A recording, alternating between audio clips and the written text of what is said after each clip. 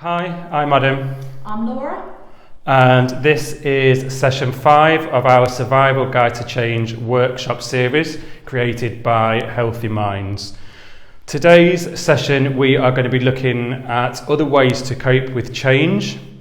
There are previous workshops which you can find on the website where you found this one, so if you haven't already, please do take a look.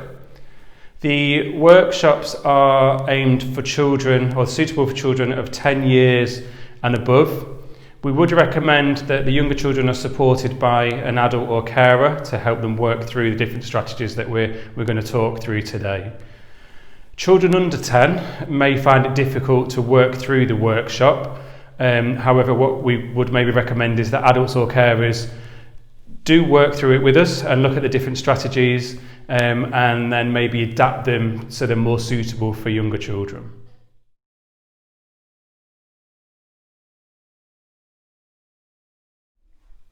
Okay, so I'm going to talk to you now about how this works. If you followed our other videos in this series, you're probably well aware of what I'm about to say, but just for those of you who maybe haven't watched all of them or just caught bits of it, I will go over it. So the way it's going to work is that we are going to talk you through different ways to manage coping in times of change. We're then going to look at some different strategies and you'll have an opportunity to practice this for yourself. What you're going to need is the booklet that comes alongside this workshop. The link for it can be found next to the workshop video online. So if you can print that off, that would be great. If you've been following the other videos, you'll probably already have this to hand. If you don't have a printer, not to worry. You can just do the activities on paper. So some things that you're going to need for the workshop, as we mentioned, the booklet or paper. You might want some colouring pens and some normal pens as well. As I mentioned, after each strategy we talk through, we'll ask you to pause the video and complete an activity in the booklet and have a go for yourself. And as we mention in every single one of our workshops, just try and make sure that you have fun with this.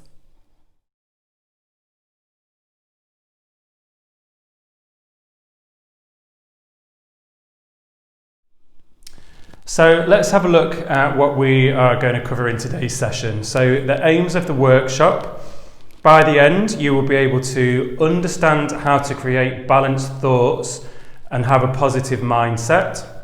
You will be able to use strategies to refocus your mind. You'll be able to use relaxation and mindfulness techniques. And you'll be able to understand how gratitude helps with staying emotionally well. So, if we're ready, let's get started.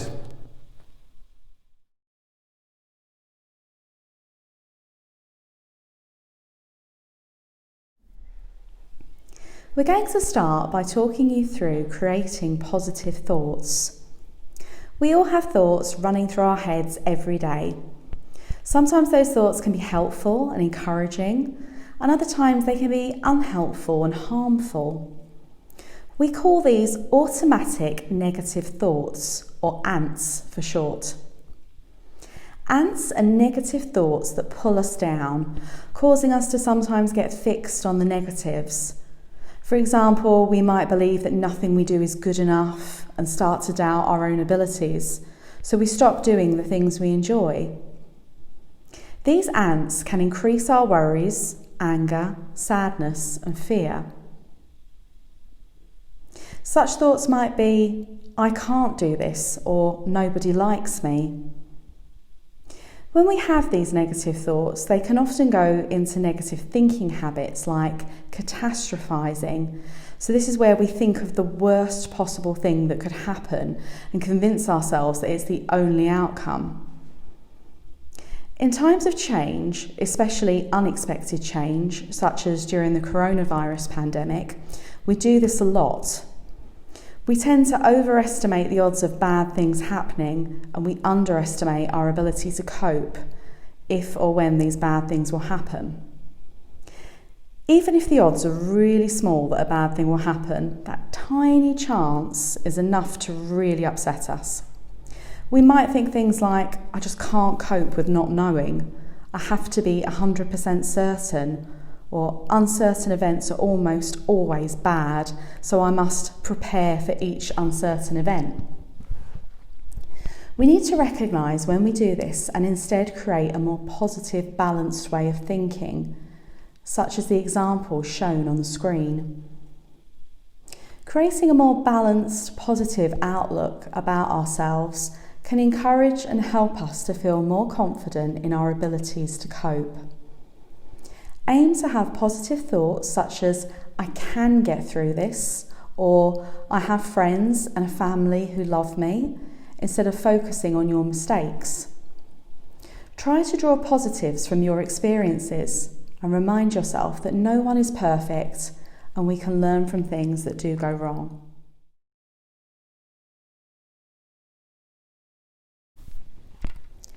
If we think back to the 5-area model that we looked at in session 1, in order to break the vicious cycle, we need to either change our thoughts or our behaviours. If we choose to change our negative thoughts, we can start to feel differently, and so we won't feel so many negative emotions or the unpleasant physical sensations in our bodies. We can challenge our negative thoughts by thinking about, what is another way of looking at this? What's the bigger picture? Is my reaction in proportion to the actual event? What advice would I give someone else? Is this really as important as it seems? Will I feel this way in 1 week, 1 month, or 1 year? What would someone I trust say about this situation? Is this always the case? Is this fact? Or is this my opinion? A tool that can help to monitor and challenge your negative thoughts to create more positive, balanced ones is a thought diary. You can find an example of a thought diary in your booklets on pages 37 and 38. Take some time to have a look at this and note down any thoughts you feel aren't very helpful so that you can challenge them. You can challenge them later on if you like. You can now pause the video to take a look at the thought diary, and when you're ready, just press play.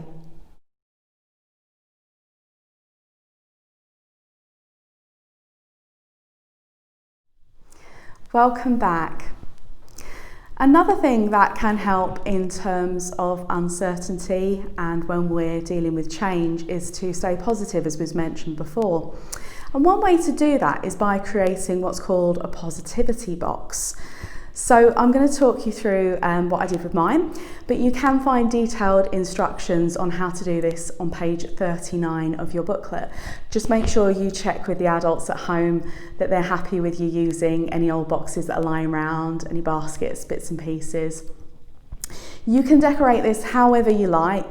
I've gone for yellow because it's one of my favourite colours, and I've put a little bee on the front because I like bees. I've also decided to try and keep me positive and happy. I've done a little play on words of mine in the middle. So just remind me to stay positive.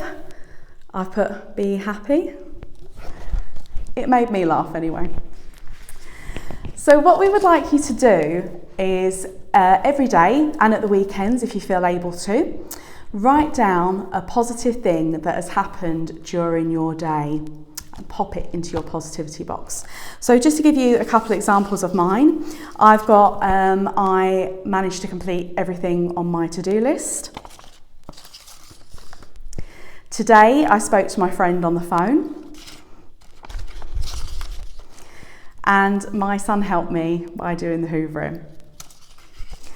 So try and think of what your positive things that have happened that day for you might be, put them in your positivity box and have a go at doing this and decorating this however you would like.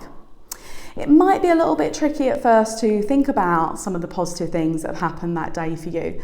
They don't have to be really complicated. It could be something like a sibling making you a drink, or like we said, just talking to a friend, something that's lifted your mood and made you feel positive. If you are struggling to think of positive things, it can help to talk to other people in your family about positive things that have happened to them during their day. Give this a go anyway.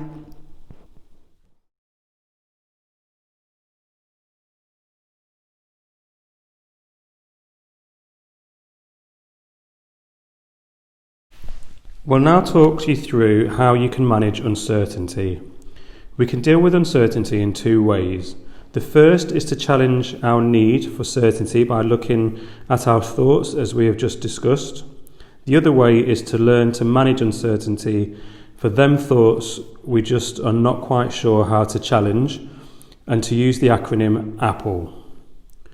So the A is to be aware. Notice the need for certainty as it comes up in your mind. P is for pause. Don't react as you normally do. Don't react at all. Just pause and breathe. The second P is for pull back.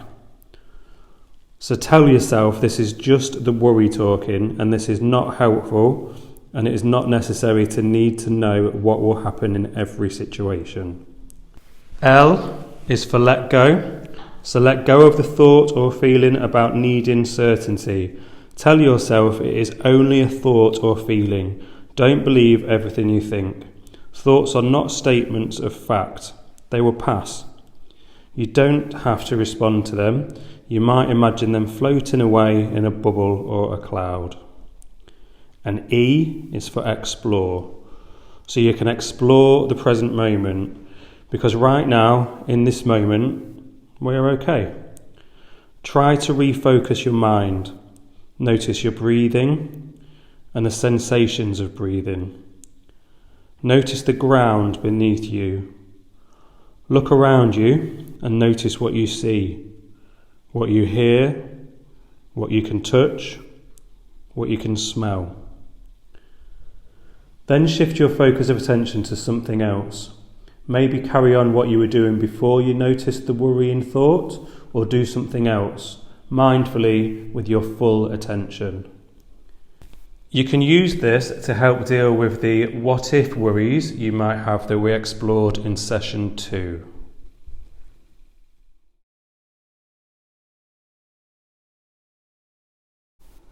We're now going to talk you through the things you can do to refocus your mind.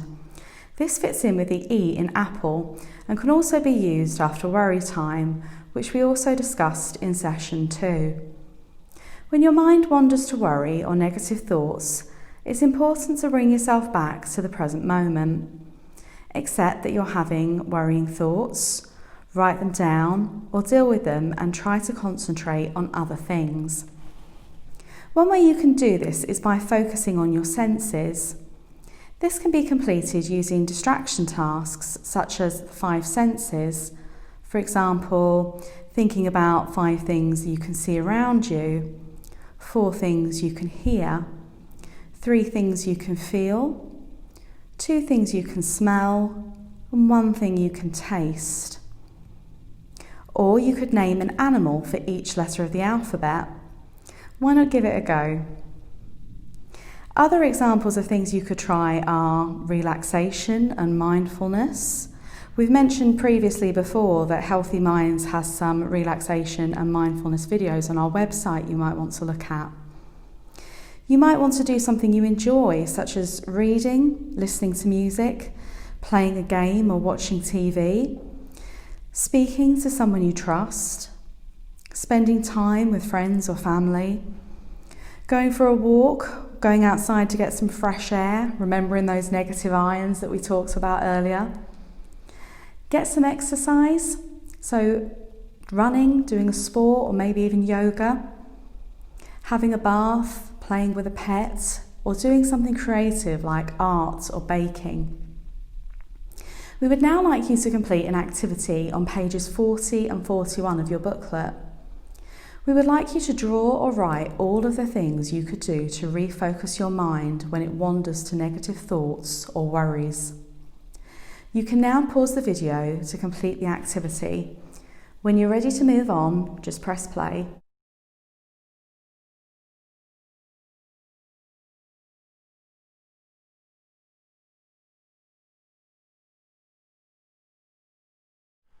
Welcome back. Another great way of regrounding and refocusing is by creating a self-soothe box. Now, to create a self-soothe box, again, we use the 5 senses as Laura spoke about on the previous activity. So your self-soothe box is something that is personal to you, and it can be used at times of different emotions, when you're feeling sad, when you're feeling worried or scared, and you fill it with things that make you happy and remind you of happy times and lift your mood, make you feel safe and a bit better, a bit lifted. So an example of things which I've got in my box. So using the 5 senses, we need to have things that we can see. So I have got a glitter jar that I've made. Things that we can touch. So I've got a stress ball in there. Things that we can smell. So this could be things like aftershave or bubble bath, lavender. I've got some of my favourite bubble bath in there. Things that we can taste. So this could be chocolate, it could be your favourite drinks, favourite sweets. Mine is love hearts. And then the last sense is something you can hear. So it could be your favourite CD, it could be a cassette, it could be a recording from a family member. I love music, I love listening to music, listen to it all the time, so I've got my headphones in there. I know that when I'm feeling low, I can listen to my music and it lifts my mood a little bit. So have a go at making a self-soothe box. You can find the instructions in the booklet on page 42. Have a look at it, write some ideas down, think of what you would want to put in your self-soothe box, and then when you've got a bit of more spare time, have a go at making the real thing.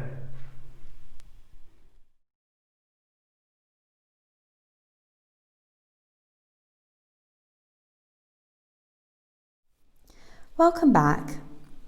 As we discussed in session 1, when a person becomes stressed or anxious, your body enters fight or flight mode, causing us to experience changes in our physical sensations, the things we feel in our body. Research shows that mindfulness and relaxation improves both physical health and emotional well-being. We can use a variety of skills such as breathing, guided meditations, muscle relaxation and mindfulness to manage this better and reduce these symptoms before they become too overwhelming. It's important to practice these strategies when we're not stressed to make it easier for us to use them when we are. You can find several different relaxation methods to try in your booklets on pages 43 and 44. As I've already mentioned before, we also have lots of videos of different relaxation techniques on the website, so please do check these out.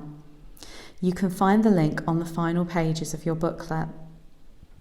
For this workshop, we're going to be talking you through a guided relaxation. This is just one way you can create calm in times of uncertainty and worry. I'm going to start now by asking you to lie down on your bed or sofa, somewhere where you won't get distracted for a little while. Have a stretch and get comfortable.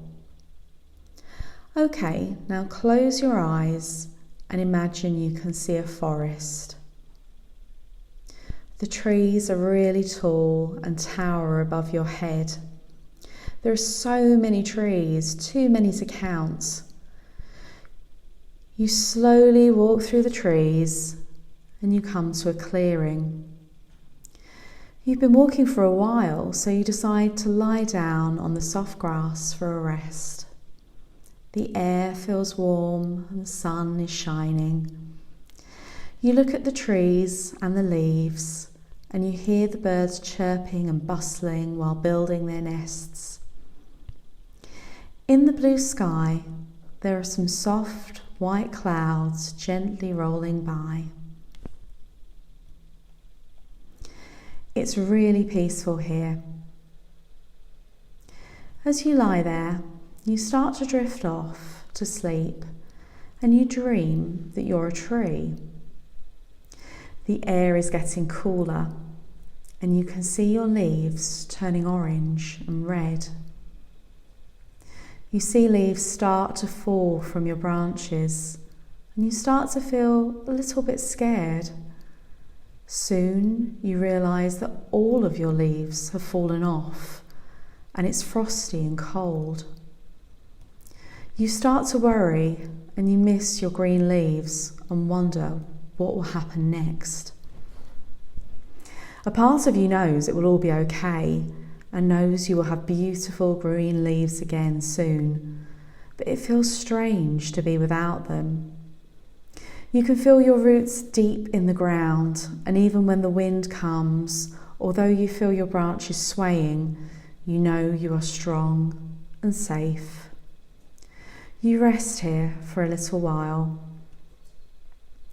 Slowly you start to notice the air feeling warmer, and see crocuses and daffodils springing up from the grass around you, and you know that spring will soon be here.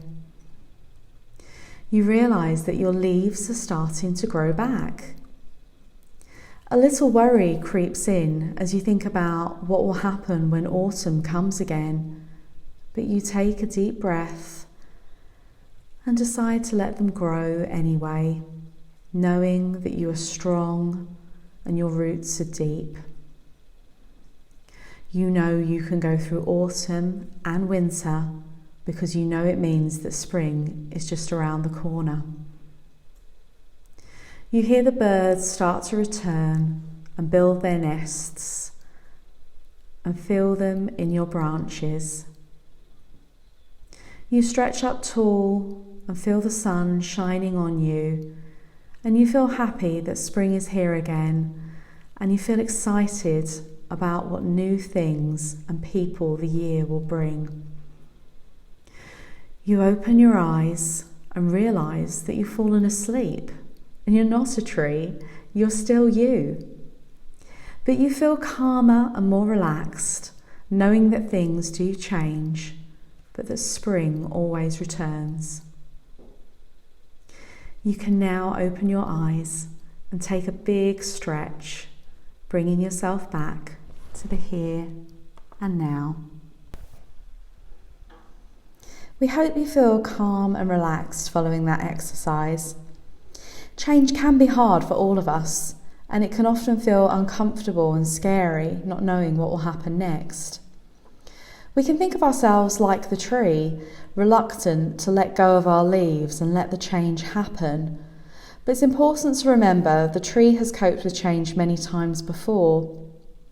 Each year the tree loses its leaves, and even though these periods of change may feel uneasy, over time it comes to realise that it can manage, as it has done many times before. So sometimes we need to learn to let go, embrace the change, as change can be good.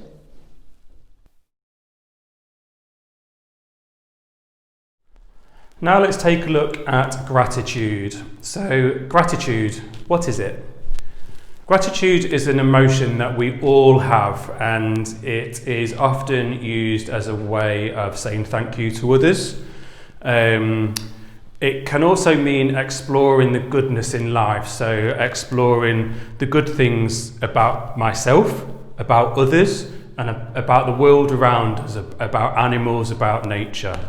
If we have a look at the slide, so it says gratitude. Getting into the habit of noticing what we are grateful for in our lives is an excellent way that we can become more mindful of the little things and the big things in our lives that we might miss.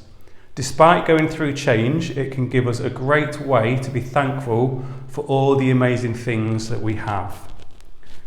A really good way of doing this is to spend a bit of time at the end of your day and think back and write down 3 things that you are grateful for. And you can pop these into your positivity box, which we discussed earlier. Have a go. Another great way, and something which I would like you to practice, is if you turn to pages 45 and 46 of your booklets, you'll find instructions of how to make a gratitude tree. So here is one that I made earlier. So all you need to do is draw the trunk, and then we can get a bit creative. So get some paints that can be as colourful as you want to, and use your hands to make the branches and the leaves. And then what you can do, either on the same day or over the week or as time goes on, you can add things that you're grateful for onto each branch of the tree. Have a go.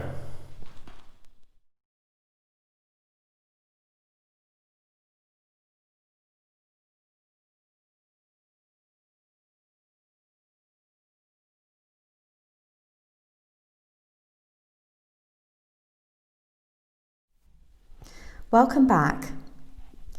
You are now reaching the end of the Healthy Minds Survival Guide to Change workshop sessions. Change is inevitable and life will always have twists and unexpected turns. For lots of us, the coronavirus pandemic has brought a lot of change and new experiences in our lives. And as we mentioned at the start, there's no perfect way to get through this period. Everyone has their own ways of coping with change and uncertainty. We hope that these 5 workshop sessions have helped you to explore all the amazing skills and strategies you already have to be able to cope with any change life throws at you, whether that be good or bad. But we also hope that these videos have given you some inspiration and new strategies to encourage you to find the right way for you to look after your well-being during this difficult time. There are still uncertain times ahead, and this may be a little scary. We still may have a lot of unanswered questions or fears of what the next few months may bring, but it's important for you to try and move forward and reflect on what you've learned from this experience. Remember, you don't have to go through this alone. Think back to the circles of support activity you completed in session 4 and who is in your support circle.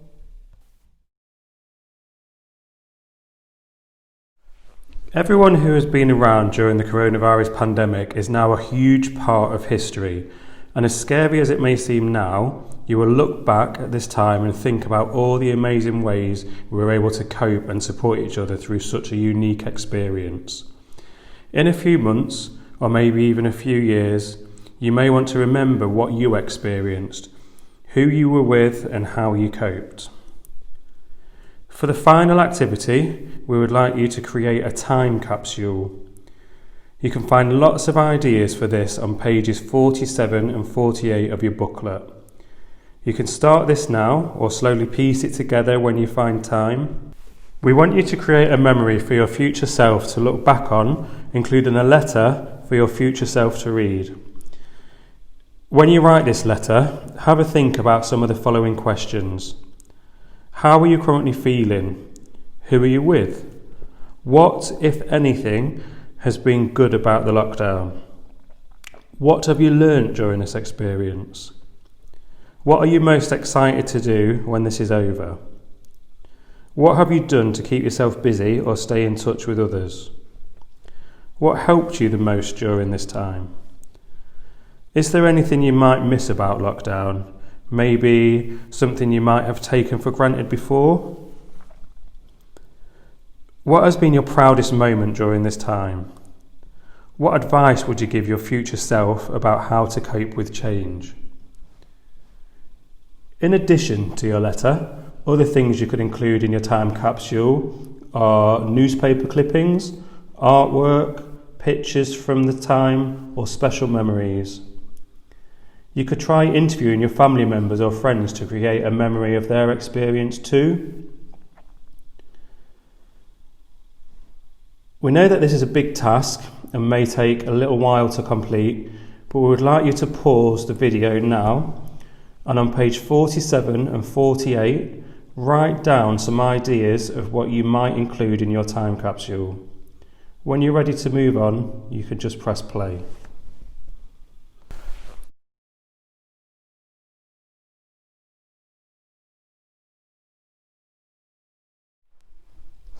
Welcome back. We've now completed session 5 in our Survival Guide to Change workshop series. Well done if you managed to complete all 5 of them. If you didn't get the chance to watch every single one of our episodes in the workshop series, there's 5 in total, so do take some time to go over and have a look. It might help with kind of piecing the bits of the jigsaw together and what we've discussed in each of the workshops. So do give them a go when you've got some time. It will take some practice with the strategies that you've learned, so please do feel free, continue to watch the videos over again if you need to, or look back over your booklet. It's a bit like how I mentioned at the very beginning for those of you who joined us then, that learning new strategies is a bit like learning how to ride a bike. So if you can ride a bike now, you might remember back to when you were learning, you were possibly quite wobbly and needed stabilizers. And when the stabilizers were taken off, you might have even fallen off your bike. It's the same with these new strategies. Practice will make perfect, so do keep giving them a go. You will need to keep persevering with them to really see kind of a real difference in how you feel about change and how you view change.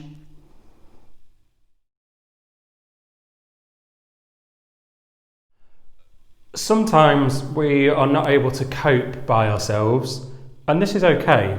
But it's really important to remember that there are lots of great services out there that you can use for support. Take a look at the slide.